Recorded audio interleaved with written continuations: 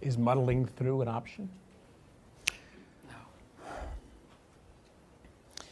With all the internal problems in Western countries, to include the United States, the West is a dominant power today. And actually is not challenged, but by non-states or non-nation actors like Global Jihad, some other two organizations, and by certain ideologies, which I mentioned, the Iranian ideology, to defeat the Western civilization, actually to challenge the world order. And the world order is challenged. It has been challenged by Bashar al-Assad as an example. It is challenged by the Iranian regime, by all means, in Afghanistan, in Iraq, in Bahrain, in Yemen, in Syria, in Lebanon, elsewhere.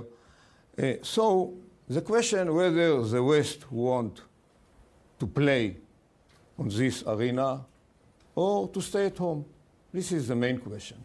But when we look at it, I'm afraid that the West is strong enough to make more mistakes, more than the West has done so far.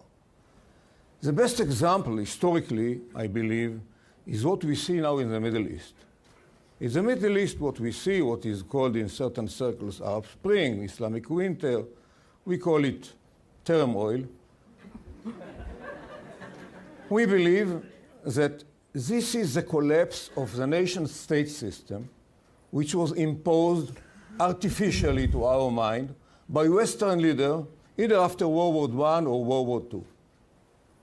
And they believe that the idea of nation-state, which was quite successfully in Europe, not 100%, Yugoslavia was a failure, it's a good idea for the Middle Easterns. No way. But it took 90 years to witness this collapse. And we believe that this idea, going back to Winston Churchill as the Secretary of Colonies and other significant, well-known leaders who decided to import the nation-state system for Europe to the Middle East, their considerations were based on ignorance, naivete, wishful thinking, and patriotism. Having said that, the next mistake of the West is going to be the new idea, democratization by elections. And we are the great supporters of democracy in the Middle East, but by education, if at all. We can't force, we can't patronize the Middle Easterns. So we shall offer them education, whatever.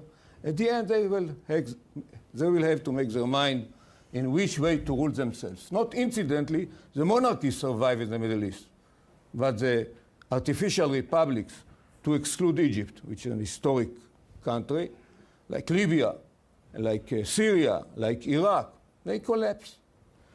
So my bottom line in this case, that when Western leaders analyze the situation and decide what to do, whether it is next step in the Middle East, whether it is what to do in Syria, what to do with the Iranian threat, they should avoid these misconceptions which dominate, unfortunately, the international political discourse. And this is the way in which the West might defeat himself.